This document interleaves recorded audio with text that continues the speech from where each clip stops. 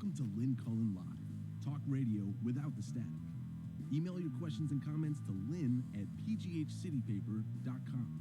And now your host, Lynn Cullen. Hey there, and a good morning at you. January 29 is the date. Oh God, we're heading into that time with what? The damn groundhog. Ugh, I hate that. One of my greatest accomplishments as a reporter here in Pittsburgh, Pennsylvania, for so many years, is that I managed to always avoid having to be Bill Murray, essentially, in Groundhog Day, having to be the reporter who has to go up and watch that absurd display. Anyway, I'm not going to talk about the impeachment stuff today, but I would remind you that if you've been eschewing the trial for the last few days, today is different in that this is the day that questions will be asked via John Roberts. Very controlled environment, but it certainly does shake things up a bit. So there'll be, I think, maybe a little more interest, something a little bit different. Just saying. And that, of course, starts at 1 o'clock today. Also a heads up. Sorry, let me get some house cleaning out of the way here. Heads up about things that are going on that you may find of interest. A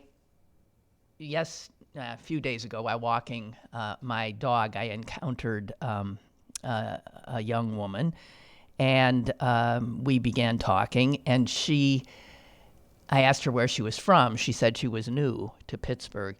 And my gosh, what a litany followed that question. She said, well, I came from Memphis, but before that was San Francisco, and then I forget, there was another one. And then, but I'm originally from England. And I'm thinking, whoa, the word, and I'm sure I'm pronouncing it right or have it right, peripatetic, is that a word? Someone who's traveling a lot. Occurred to me. I bit my lip and didn't say it, but I asked her if she was enjoying it, and one of the things she said was that she found it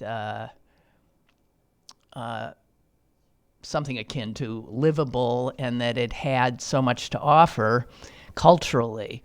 And I was thinking that so often those of us who are here don't take advantage of all the things that are here. If you were somebody who has trouble sitting home, Pittsburgh would be a good place to be, because there's stuff happening every night and day. And I just wanted to, just for instance, point you to something, because I'm a supporter of the August Wilson Center, as is City Paper. I wanted to tell you about someone who will be there Monday, February 3rd at 7. I have 2 of his books in my house, and undoubtedly you will know the name of Dr. Michael Eric Dyson.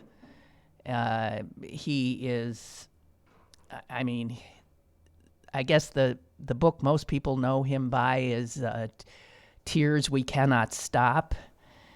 And his latest book is What Truth Sounds Like. This is a guy with a prodigious brain. He is a New York Times contributing opinion writer. He also writes for the New Republic. He's authored 1 million books. I exaggerate only slightly. And he is a professor at Georgetown University in sociology. So he's generally considered, a great American intellectual and thinker. And this is part of their TRUTHSayers programming. And so that is at 7 on Monday night. I want to let you know that. And that would be better than watching CNN or MSNBC or some other program. Okay. I don't think it's free, but check out the August Wilson website. And we'll have a link, I think, on our Facebook page as well. And if you follow me on Twitter, I tweeted something out. We have a caller already? I didn't even start. Hello? Hi, Lynn, Sissy White Liberal here. How are you? Oh, I saw you sent me an article about the loathsome Alan Dershowitz. Yeah, well, the funny thing about that is, and by the way, the very first thing I jotted down for like the little things to talk about was Michael Eric Dyson, if you could believe that. He probably is the most impressive orator / wordsmith I've ever seen, quite frankly. I mean, if I lived in Pittsburgh, I would be there, is what I would say. Yes, well, thank you for that. Yeah. Yeah. So, but yeah, when it comes to Dershowitz, I always remember the days when your brother was on your show, and how much your brother really loathed Dershowitz. He and couldn't stand him. He couldn't stand him, and it's No. like, wow, your brother really, he knew something, right? I mean, obviously. So yeah, that piece by Josh Marshall I thought was Okay, I wonderful. haven't read it yet, and I do want to say, in regard to my brother, his dislike of Dershowitz was not like my dislike of Dershowitz as a public figure. My brother was a visiting professor in Harvard Law School, and where Dershowitz was teaching. This is some time ago, and so he knew him as a colleague and a faculty member, and man, he didn't like him. Just saying. Well, his dislike was founded in intellectual dishonesty, I guess, right, on the part of Dershowitz. Yes. Yeah, that might be a little too strong, but you get where I'm going with that. But right. yeah, but in another fun thing, family related to you, Teddy Roosevelt, when he, believe it or not, was leading the men up San Juan Hill with the Rough Riders. He said, "Hasten along, boys," like that, to get his guys, and it made me think of your dad. With "On your marks, get set, commence." So I thought it was funny. I remember that. It's like, boom, that thought popped into my head right away. Oh, that's... Of course, they're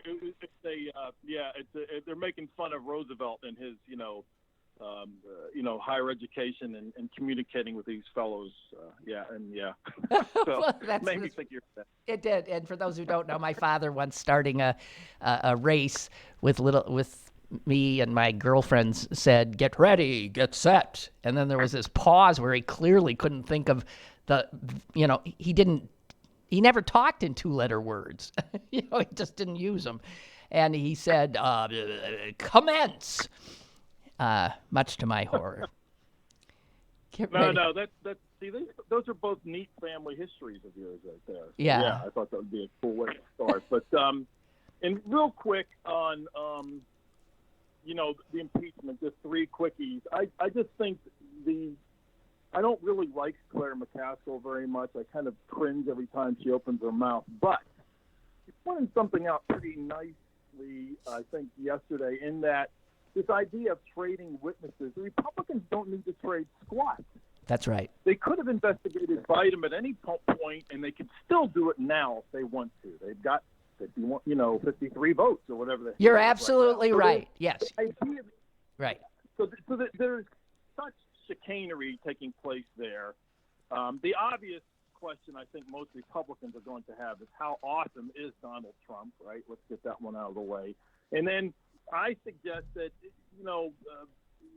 if the odds go against the president, he's convicted, the very first thing he's going to do is find out. He's going to be talking about appealing. And, of course, there's no appeal, but he's that dumb. I mean, it's as simple as that. So I just wanted to get those 2 things out of the way. But relating somewhat to Trump and the way adults can criticize or not criticize somebody that they respect, and I'm talking about Trump supporters. I saw a really good documentary on HBO about 50 children. I don't know if you've ever heard this. It's about a family in Philadelphia, Gilbert and Eleanor Krause, who basically were trying to rescue 50 Jewish refugees prior to the start of World War II, and they pulled it off. And how people like you and I can look back at presidents that we probably admired and still find fault with them. Oh yeah. And how it is. This is why the Republican Party is, I think, the mess that it is today. In that there's legitimate criticism of every president anywhere, and that includes Barack, especially including Barack Obama. I'd argue that he campaigned one way and governed yet another. But the really sad part about that is that the legitimate criticism of Barack Obama or any other past Democratic president has mostly comes from Democrats these days. That's true. The crazy, maniacal lunacy criticism comes from Republicans, and that's how you end up with somebody like Donald Trump, I would suggest, in that they've forgotten how to, never mind the general incivil behavior of Trump, which is pretty bad, but just policy considerations and international relation considerations and just the normal trappings of the presidency are just completely missing and absent from what takes place with this guy. But again, getting back to this documentary, I just thought, FDR was something of a hero of Jewish Americans at the time. But he still was politically somewhat afraid of the Jewish refugee question. And what this family, what the Krauss family did, and it's chronicled by Eleanor's diary. And what a luck of history to be named Eleanor in that era, right? I guess. Yeah. Eleanor Krauss, but she pointed out all the difficulties along the way that many Jewish leaders in the United States and in the Philadelphia community personally lobbied this business attorney, Gilbert Krauss, do not do this. Do not go after these children. It's going to create more problems than you'll solve. Right. At the end of the day, you're not going to win.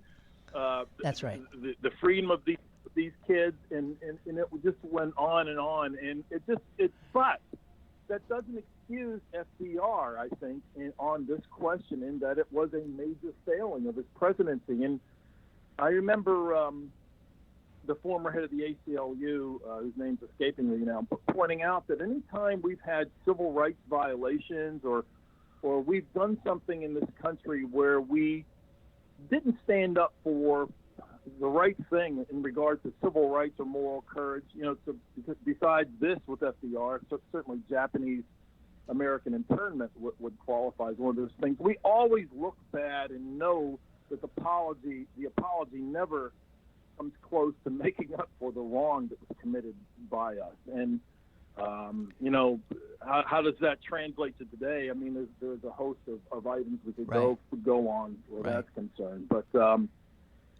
it's been a while since I checked in with you, so I just figured I'd call. I don't want to. Well, that's what. Monopolize. It's good to hear you. It's great to hear you, and I really appreciate everything you shared, and I appreciate you actually mentioning this documentary, which I haven't seen, and now will seek out. And actually, I'm seeing that there's a book that was written about it after the documentary, and apparently the book was pretty well done, so that might be something. Okay. But yeah, you want to check that out if you can. So, thank you so much. Okay. Thank you. Lynn. Bye-bye. That is Sissy White Liberal, a mainstay caller of my radio career who used to live here, and also is a very close friend of Clarence in Canonsburg. Nice to hear from him. All right. Not sure where to go from there. I could go in one direction since he brought up this Jewish thing. Because one of you, Chris, sent me this poll, and I had not seen this, but it's unsettling.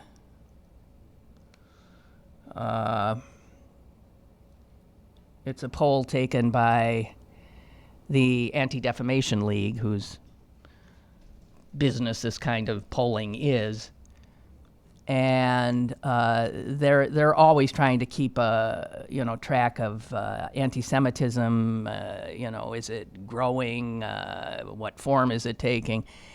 And a recent poll, they discovered that 61%, so approaching 2/3 of Americans, when asked a series of questions, statements about Jews, you know, do you believe Jews, blah, blah, blah, blah, blah, blah. Do you believe Jews, blah, blah, blah, blah, blah, blah, blah. 61% of Americans agree with at least one statement that typifies the stereotyping of Jews. 61% buy into at least one, and one's really enough to poison things. Some of the statements they had were Jews, and I've mentioned this one to you, Jews still talk too much about what happened to them in the Holocaust. And I have often prefaced something I'm going to say that relates to the Holocaust by saying I'm loath to say this because I know this to be true, that you don't want to hear it. Oh, you Jews. So I'm aware of that. I would think a lot of people might have answered yes to that. And also, here's another one. Jews are more willing than others to use shady practices to get what they want. You mean like Donald Trump? I didn't know he was a Jew. I would answer that question, yes, with Donald Trump is more willing than others to use shady practices. But that canard about Jews is, I mean, it's just constant. It's like any of these statements. So you can separate, you know, blacks, Jews, Irish, Muslims. Anytime you buy into these blanket statements, you're being, one, intellectually lazy, and two, potentially part of something that can end really badly. Okay, I'm just saying that, and I will go there because I also encountered a very interesting piece about Bernie Sanders in regard to, and I have said this too for years, America will not elect a Jew who's a socialist. They will not elect. It feeds in to too many anti-Semitic tropes that people carry in their heads. And I thought this article was really interesting because it's something that hasn't been talked about very much. Again, I think people are loath to bring these kinds of things up. Oh, yeah, right, Jews. But if he were to be, and I can assure you this is true, if he were to be, especially in these times of growing anti-Semitism, the Democratic standard bearer, it's going to be ugly on the anti-Semitic front. And this is written by a Jew whose specialty is race and Jewish identity. And her name is April Rosenblum. And she says the attack that Sanders, if he gets up to that position, the kind of attacks that he will face in a general election, I mean, you can't, first of all, his age, second of all, his embrace of communists throughout his history and all that, all this stuff that for many Americans is like, ah!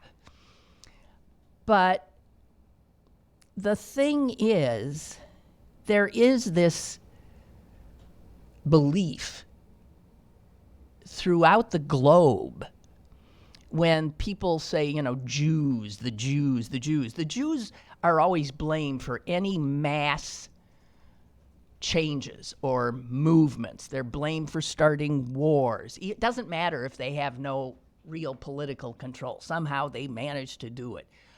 And when in 1917, the Tsar, in Russia was toppled, and the Russian Revolution began in earnest, the people, the White Russians, that's what they were called, the White Russians, who were opposed to the revolution, fell back on one of the most powerful tropes that had always worked in the Russian Empire, and that is anti-Semitism. It is from Russia that we get the Protocols of the Elders of Zion, the book that will not die, that is just filled with outrageous lies about Jews controlling the world. And so the belief that communism was and is a Jewish plot has been in the history books since the beginning of the last century.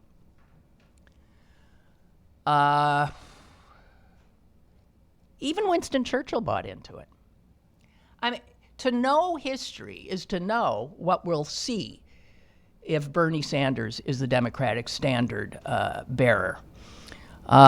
Major British politicians blamed, here's a quote, a seething mass of Jewish pauperdom for the Russian Revolution, and even went on to say that the Tsar was killed by Jews as an act of ritual murder. Another old canard, that Jews kill Christian babies because they need their blood to make matzah. People believe this and have believed it, and Jews have died for this for years and years. I'm sorry for those of you who's sick and tired of hearing this. But we are coming into a period where all of this could be starting up again. The facts, as usual, don't matter. Most Bolsheviks were not Jewish, and most Jews were not Bolsheviks. But there were, yes, Jewish Bolsheviks. And this idea of the Jewish Bolshevik, as she writes in here, travels well. It travels to the U.S., it travels to South America, it travels to all over the place. This idea of the Jew as a corrupting, conspiratorial force behind all the evil and scary stuff that's going on in the world.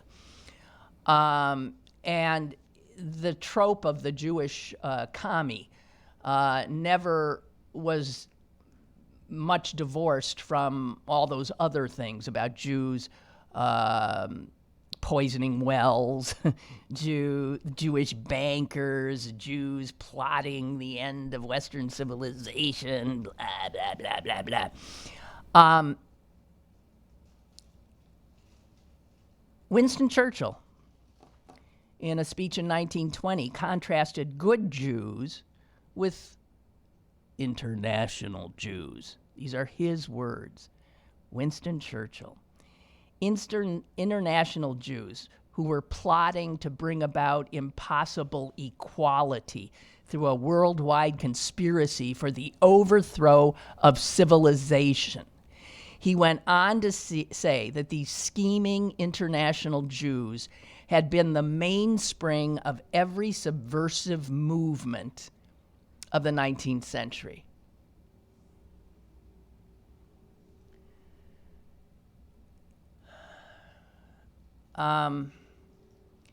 In the United States, with McCarthyism, the Red Scare, the Cold War, where we were fighting these commies, being a commie it has never been a good idea. Well, you've certainly been. And to think that that's still not very much part and parcel of this country's blood and bone.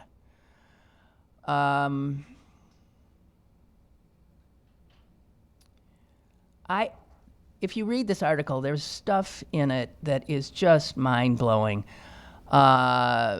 American State Department officials reporting to Congress that the Jews who were trying to get into the United States found Russian and Polish Jews of the usual ghetto type, filthy, un-American, and often dangerous in their habits.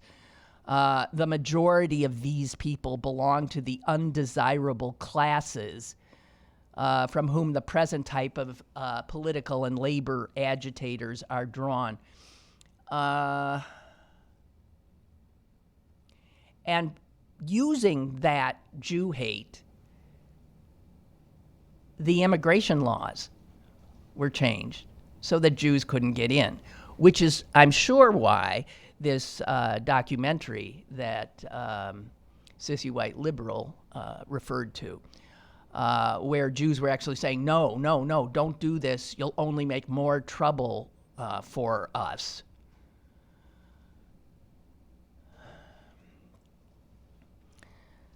Senator James Heflin of Alabama warning of a dangerous and despised element which secretly, even openly, seeks to overthrow America. You either protect the United States or allow it to become a dumping ground, these are the senator's words, for the scum of the old world.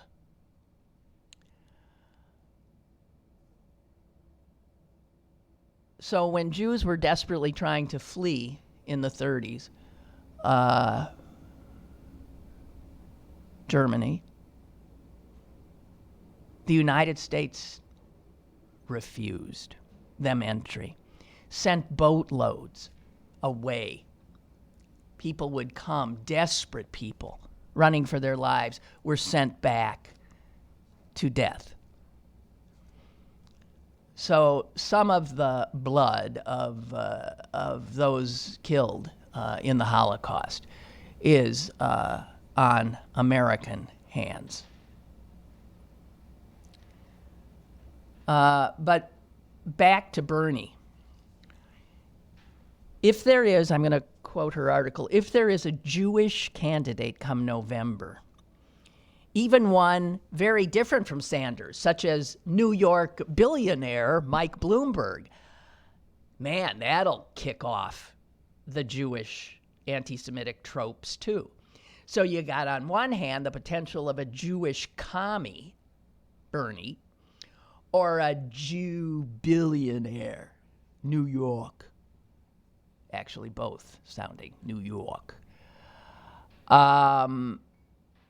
That is going to create, because these tropes are out there, they will blow up.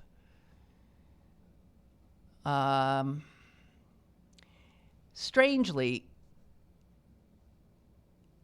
she says when you have these kinds of tropes about the Latinos, the Mexican immigrants, black people, whatever, generally speaking, bigots and haters paint these people as culturally inferior, as morally flawed, as, uneducated vermin, yada, yada, yada.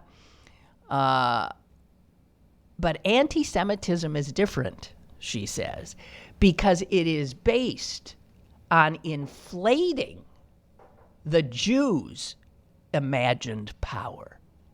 That's where the hate is, that somehow Jews have power and thus are never sympathetic figures, ever. Jews, the ultimate mastermind. So she says, what might this look like in a general election? Well, anti-Semites might not openly name Jews as the enemy. They might more subtly urge voters to fight back against, like, George Soros and the globalists or international bankers. All of those are dog whistles for Jew, Jew, Jew. Or they might get more specific and turn Sanders' criticism of what he says is a rigged economy around and say, hey, it's Jews that are rigging the economy. And it doesn't matter whether they're capitalists like Bloomberg or socialists like Sanders. Just the other day, I saw somewhere where Rick Wiles, who is somebody that received press credentials from this White House, called the Trump impeachment a Jew coup. Again, a way to inflate Jewish power, Jews' ability to, screw things up. So the fact that there's always been this Judeo-Bolshevist thing out there,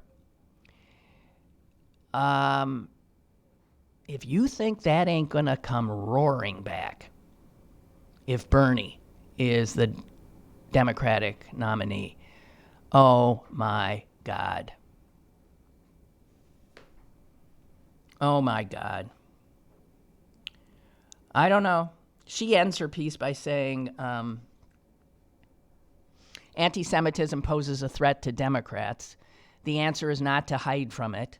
When anti-Semitism increases, even non-Jews can't escape it. Just ask Franklin Delano Roosevelt, who was president during the last rise of American anti-Semitism and was called Rosenstein or Rosenberg or whatever, and called a Jew, that he was secretly a Jew or a puppet of his Jewish advisors.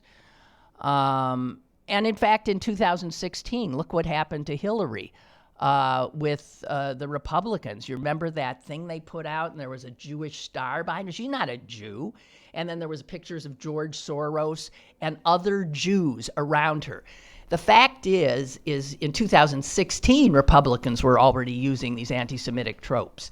If our nominee is a Jew, Katie, bar the door. Okay. Come on in, Ryan. I'll just read this last, because I found this fascinating. I just found this fascinating.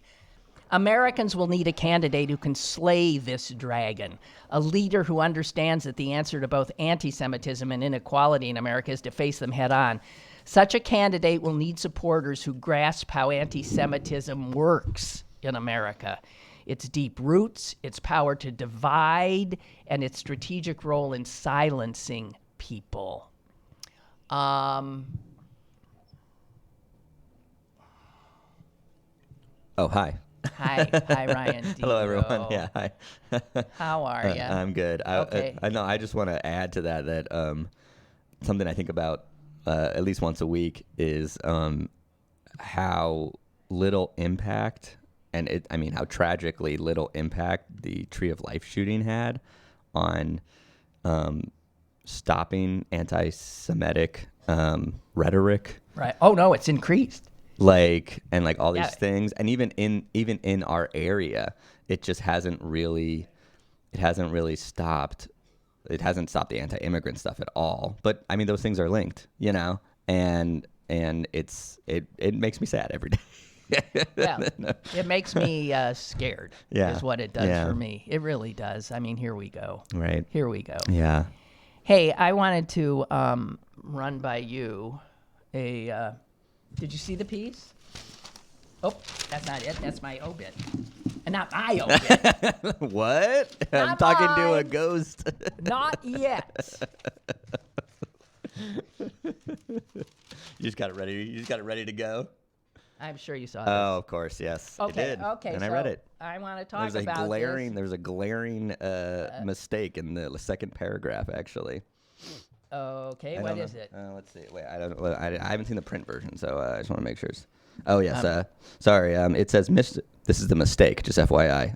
It said Mr. Peduto lobbied unsuccessfully against a local petrochemical plant and is steering his once struggling town to be independent from fossil fuels within 15 years.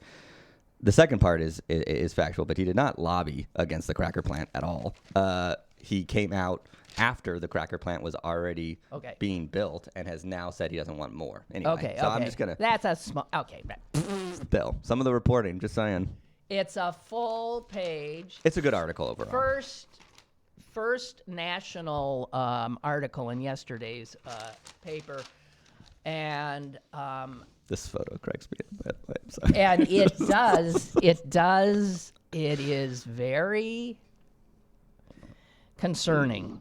Right. I think. Because I have so many thoughts on this. I'm so glad you brought this up, by the way. Yeah.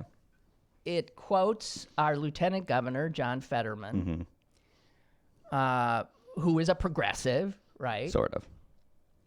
We can argue about that. Oh, I think he's moved a little bit to the right since he wants to be. Yeah. So I'm just saying. He's Wolf's second in command. He's the vice president. I agree. Yeah, I agree. He's an ambitious politician. Right. Hello. I agree. Yeah. I don't have a lot of problems with John. I've often had trouble, and he can't stand me. He's got a little bit of a bristly guy, to be perfectly frank. No, he literally walked away from me. I mean, he just gave me a look and walked away. He hates me. I'm just waiting for the day he disowns me. Okay. Well, he will. Yeah. And it talks about how Fetterman is, not an enemy of fracking. Right. But how our mayor, Bill Peduto, is. But then they go on to say, but they agree on one thing. These two coming from two different places on this subject. Right. And I will read it. They agree on one thing. Any candidate for the president who pledges to ban all fracking would destroy the Democrats' hopes of taking Pennsylvania. Right. That's their claim. That's the claim. Yeah. But it's coming from two Democrats who pretty much know the terrain. Sort of. And who might, in fact, like these candidates like Warren and Sanders, and I don't know who else who is calling for a I think it's total ban. just Warren and Sanders. Okay, Warren and Sanders.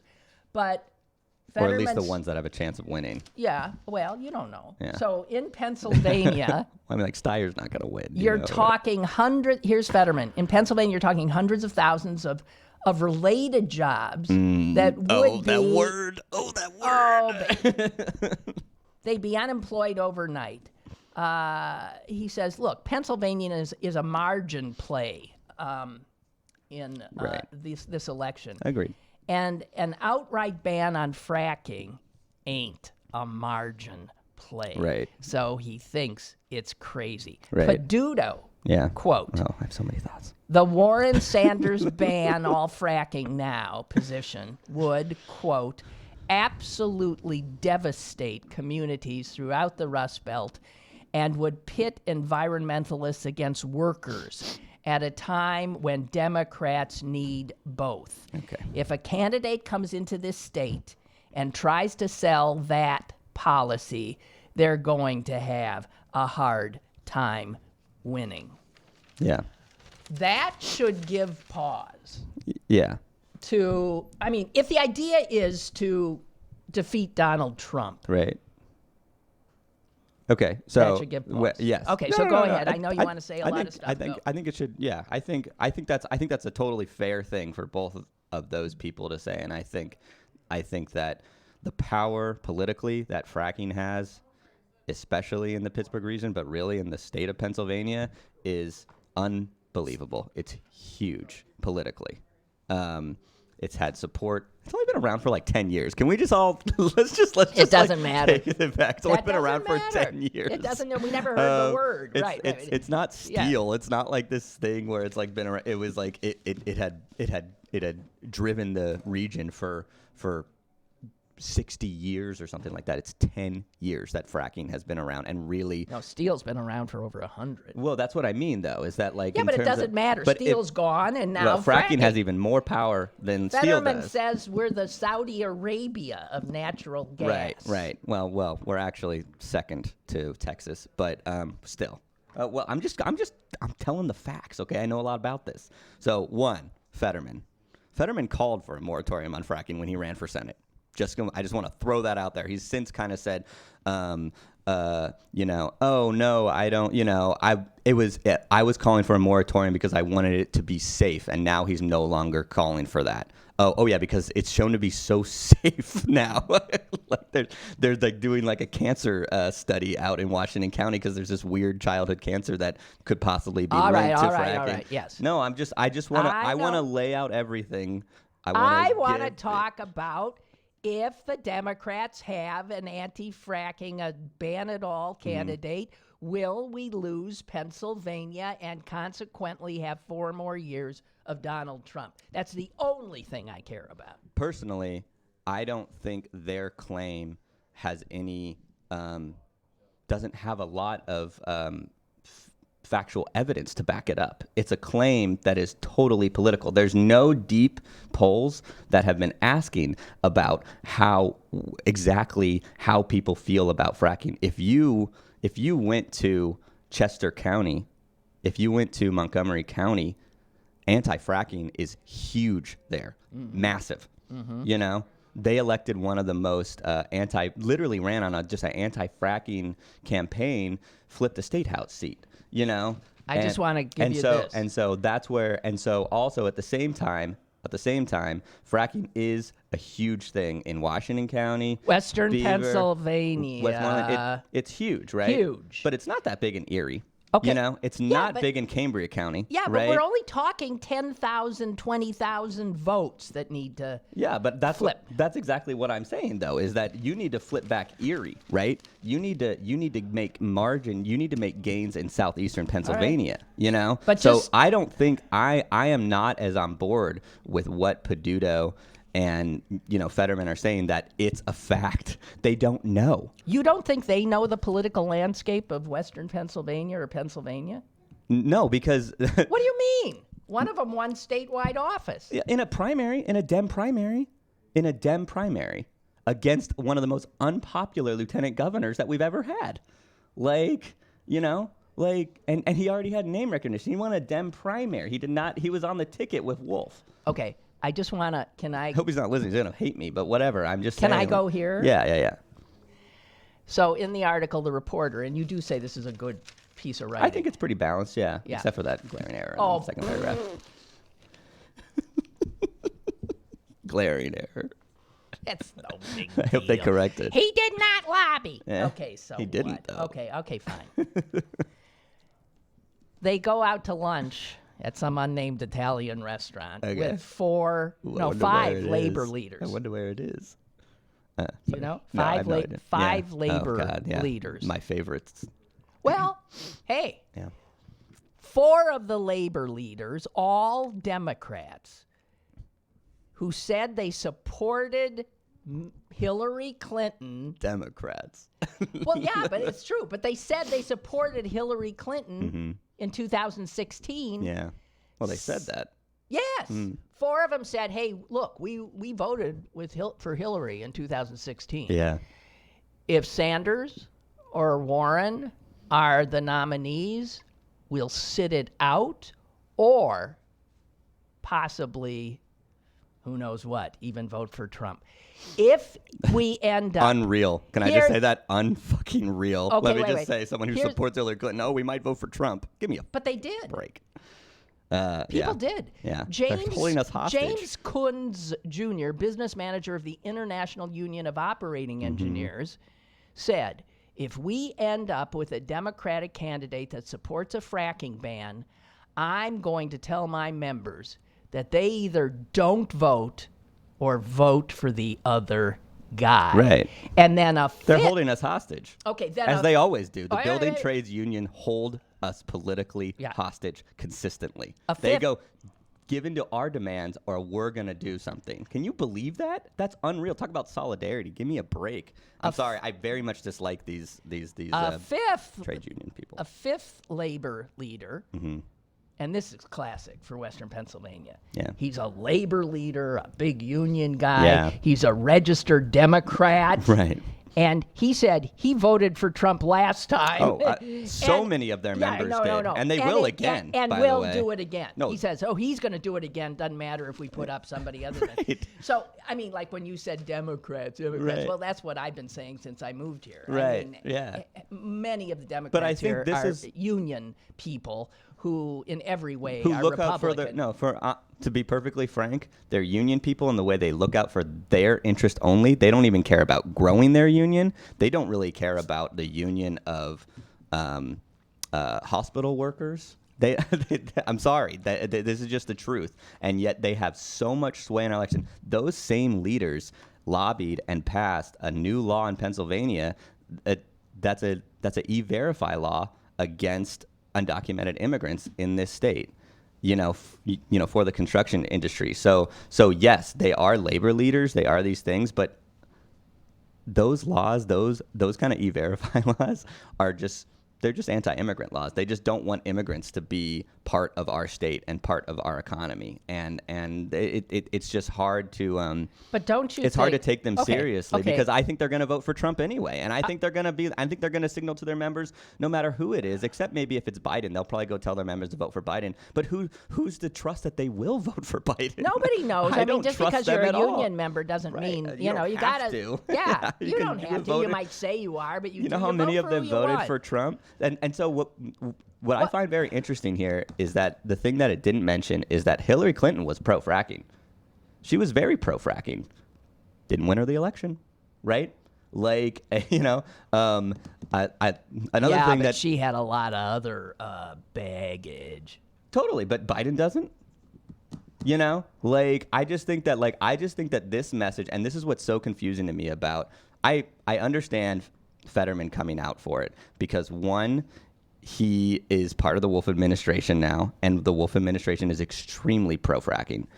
I don't really understand Peduto. He's confusing on this. I don't understand why he felt the need to even bring this up and to say these things. He's doing himself. A reporter asked him. He's doing specifically asked him. Oh my gosh, I ask him questions all the time. He doesn't respond. You don't have to respond to a reporter. Well, he must believe what exactly. he said. But that's what's so confusing. He's trying to warn Democrats. This is so confusing. Be careful who you He's hurting his own political future because he's the one that came out and said, I want to transition away from fracking. He's basically giving those labor leaders, those other Democrats, huge power to say that, no, fracking needs to stay.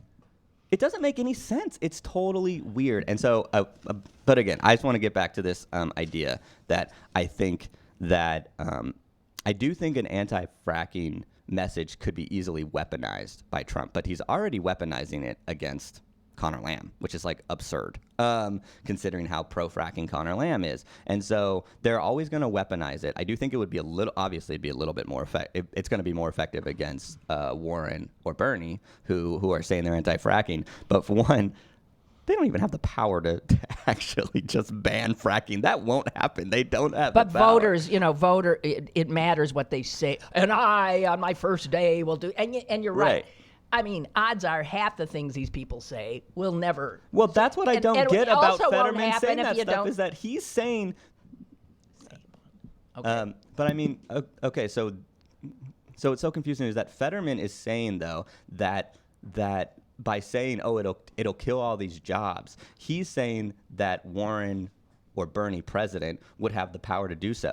They don't. So it doesn't make any sense. He's giving into the rhetoric of the building trades. We have a call. Cool. Caller, go ahead, please. Hi, Lynn. This is Jeff from down in Greene County. Hi. I haven't called you in a while. Yeah. I could tell you one thing. There's fracking in some cases is not, seen as a favorable thing in some of the areas like mine. Interesting. By some people, I think they might be like Fetterman and Peduto might be underestimating, how people feel about it, because they've caused a lot of ecological damage around here. Right. They have, there's like one farmer down in Washington County that lost all his cattle because they got into some fracking water. We've had 10 Mile Creek down here that had some residue of some radioactive residue in the water for a while. It keeps going on and on and on. And and another thing about that is the jobs. The jobs are not necessarily coming from this area. I mean, they're not hiring people here. Right. They're mostly hiring out of state. Right. So, I think there's a little underestimating of the people that are like against fracking in these areas. So Yeah, but you are that's in a. all. I'm willing to bet though you're in a minority. Well, we don't know. That's what I'm Yeah, saying. I- Is Well, that I we bet don't know. We don't know because there's no polling. Because there's no deep polling on exactly how people feel about fracking. 3 seats in Jefferson Hills in 2019 were flipped by Democrats, strictly running on anti-fracking policies. Same in Franklin Park. These are areas that voted for Trump. So I'm just saying is that we don't know. But here's the thing. Because fracking has had such political power in our state, people like Fetterman and Peduto can just say stuff like that. And people go, yeah, because it's the status quo. But we don't know. Fracking lies. The fracking industry lies all the time. They said that they would create thousands, tens of thousands of manufacturing jobs just by fracking because of the related industries. The Pittsburgh region since 2009, when fracking came in, has lost 10,000 manufacturing jobs. Where are the manufacturing jobs? And so what do they say? They say, oh, well, we'll build a cracker plant. Oh, and then it'll do the plastics thing. But we're still betting on them not lying to us. What happened in Louisiana where they have cracker plants? Well, that's true. These projections of jobs are so inflated. Also, related means like literally like the taco truck that sets up outside a building construction site. That's what they mean by related. If that's related, Well, every single job is related to every single job. I could say my CP journalism job created 3,000 related jobs because I go to get a taco once a week. It's total garbage. I'm sorry. Like, it's just we can't know, but we print this stuff because us as journalists, and I can say this as a journalist who is still learning about this stuff. We don't know all the facts, so we just listen to the politicians, and then we get an environmentalist to balance the story, but we don't actually know the truth. Okay. Caller, anything to add? That's about it. Okay. Thank you. Thank you. I appreciate the call. All Okay. right. In regard Bye. to Bye. In regard to the number of jobs, they do say this. By the way, the economic argument is not simple. Right. Pennsylvania boasts more than 90,000 jobs in wind, solar, energy efficiency, and other clean technologies. Yeah, biomass. There's a bunch in Mercer County. That's a ton of jobs. Mm-hmm. By contrast, this is in the article too, about 20,000 people are employed directly in oil and gas jobs. Right. So listen to that. 90,000 jobs in alternative energy, 20,000 directly in oil and gas jobs, but the Department of Labor and Industry says, Wolf's department. yes, supports more than 350,000 related jobs. Now, not all of them are not taco trucks. So just of course not. Yeah. There are seriously. But give me the breakdown. Department of Labor and Industry. Give me the breakdown of how what you those arrive jobs at that are. number. But Yeah, that's the thing is that, and so this is like, I think this is more of a political story because the fracking industry truly has just so much power. But also, let's be a little bit, okay, I'm a cynic, right? Let's be a little bit more cynical towards the fracking industry. We know that they only have 20,000 direct jobs, right? But of course they want to build political power in this state.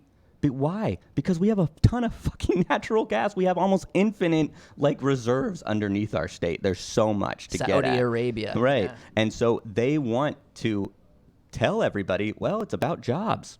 Well, it's about economic revitalization, okay. But I mean, they've been in Washington County for almost 10 years now. How's Washington, PA doing? How are these places doing? They always say these things, but where are the direct results? And I know that with the cracker plant, there are direct results because it's got 6,000 employees that are building this huge thing, and then there are related industries because they need hotels for them to stay at and stuff like that. That I get, but that's only from actual cracker plants. In terms of building wells, what they do is they bring in the employees for a few months, they build a well, and then it basically runs on its own. And then they take all the oil and they leave. And then we're left with all of these, consequences of what these wells do, like what they're saying and things. So I do think that there are lots of people who will be pro fracking, but a lot of them are politicians, and again, the fracking industry has been brilliant since they came in at currying favor with politicians, Democratic and Republican. They've done an amazing job. They should be commended for that. But and then other people are the people directly working in the fracking industry, 20,000 people, not that many, right? But we don't know what voters actually think. Those people who are like, man, that fracking well is really annoying, or man, my water doesn't work. And well, stuff who like would that. do that polling? Polling costs a lot of money. Who's going to do that polling? I've been told by some, insiders that the polling exists and they just haven't released it because it's so bad. But they're so good at getting these stories that then influences us, right? Because we read them. But I'm saying, as a journalist, we do not have all of the facts about exactly how it is. So that's why I'm a little skeptical of that story. But I think it was, it was better than most. Sorry, I have so many thoughts. Last time you were here, I said, so what do you think of this virus thing? And you said, what virus? Oh, you remember? Yeah. Well, you remember that? The story and just broke, okay? All right, it did not. You said, what virus? Yeah. You know what virus now? Yeah, it's already, coronavirus. in 1 week, it's already all over the globe. I'm sick of these virus stories. I know. You are? Yeah. No. I know. I just mean generally throughout my life. Like Ebola and all those other things that were supposed to kill us all and that didn't. One of them's going to get you. I mean, they kill a lot of people. They do. I just want to say, for those of you who are getting scared and stuff, relax. No, I'm fine. I'm not scared. No, I know you're not scared. Oh, okay. I'm scared. I tend to be scared because I'm one of the vulnerable populations. Okay. I'm elderly. Yeah. And I have asthma, and this is a respiratory thing. Most people die from the respiratory aspect of it. So for those of you who are like running out, apparently masks, the surgical masks are running out all over the country. Wow. You can't find them. You go to the CVS, they're gone. Jobs opportunity there. Mask manufacturer. So here's a woman who covered the SARS epidemic, who lived in China when that one came out of there. And she says, Oh, I forgot about SARS. relax about the masks. That's what she says. Having a mask with you makes sense only if you're in a really tight environment, like on an airplane. That does make some sense. Yeah. In a crowded place. She said, but when you see these pictures of all these Chinese people walking on the sidewalks with masks, she said, that's nonsense. I see. I mean, although they just might not take them off. Yeah. So she says this: viruses are spread through droplets in the air, and what are called. Do you know what a fomite is? No. Well, it turns out it's just whatever. It's anything that has been contaminated. Oh, okay. Okay. Weird. It's got a word. Fomites could be. Learn a new word. Fomites could be definitely microphones. Definitely right here on the microphone. Fomites. Full of fomites. Yeah, your phone is unbelievably fometic. You made up that word. And a virus gets on anything, a shoe, a doorknob, and you touch it, then touch your face. That's the way you get sick. But here's where she tells people to relax. By all indications, SARS was a deadlier virus than this one appears to be. And SARS the kill rate for SARS was 1 in 10. Wow. Which is pretty huge. That's high, really high. SARS was 1 in 10. That's extremely high. Okay, but that's what it was. 10% of those who were infected died. What's the coronavirus? They don't know yet. Oh, I see. So she's just saying, yeah, it might be 1 in 11, so relax. Yeah, that's fine. You get a little bit lower percentage. Oh, God. It's only 9.1%. And mostly, she says, the things you do is wash your hands a lot. Don't go to work if you're sick. I wonder how, I'm trying to think of just in my lifetime, or my even like cognizant lifetime, which is probably only like, I don't know, like 20 something years, 25 years or something. How many of these scares? Ooh, sorry, microphone. Scares and Ebola, SARS, Bird flu. Oh yeah, bird flu, pig Avian flu. flu. There was like a pig flu one, wasn't What there? else? Oh, mad Cow. Yeah. Mad cow. Yeah. Certainly Ebola. Yeah. We said that. Swine. There was a swine flu. Swine flu. Yeah. Right. And and we're all dead. And we're all dead, right? We're all dead. Wait, and there's the killer bees. Oh my God, killer bees. Yeah. There were so many stories about killer Oh, bees. and they were coming north. That's right. And I mean, Africanized honeybees were going to kill us all. These Africanized honeybees, because, Africans are angry. Those black people are always angry. And so the Africanized bees are really scary. Yeah. They were said to be more aggressive, and they would just continue to sting you. They have gangs and stuff. Right. Don't go to the Africanized honeybee neighborhood. Okay, we're out of time. Well, that was your public health little tidbit for today. Okay. That was fun. I liked it. Yeah. I learned so much.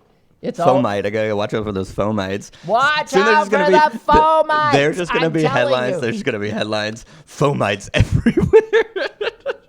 You can be a fomite. Your clothes are fomites. Really. So just saying. Good stuff. Yeah. Oh my! Can you imagine the keys of my? I gotta be careful. Okay, I'm closing up the fomites and saying goodbye. We'll have a guest, a respite, the first half of the show tomorrow, and because it ain't anything heavy, I don't think. And well, you don't know. No. Right. I'm just thinking about fomites. Whatever. And just remember, the impeachment thing today might be a little bit different. You might want to just check it out. Check it out. Okay. Yeah. See ya. Bye. Bye.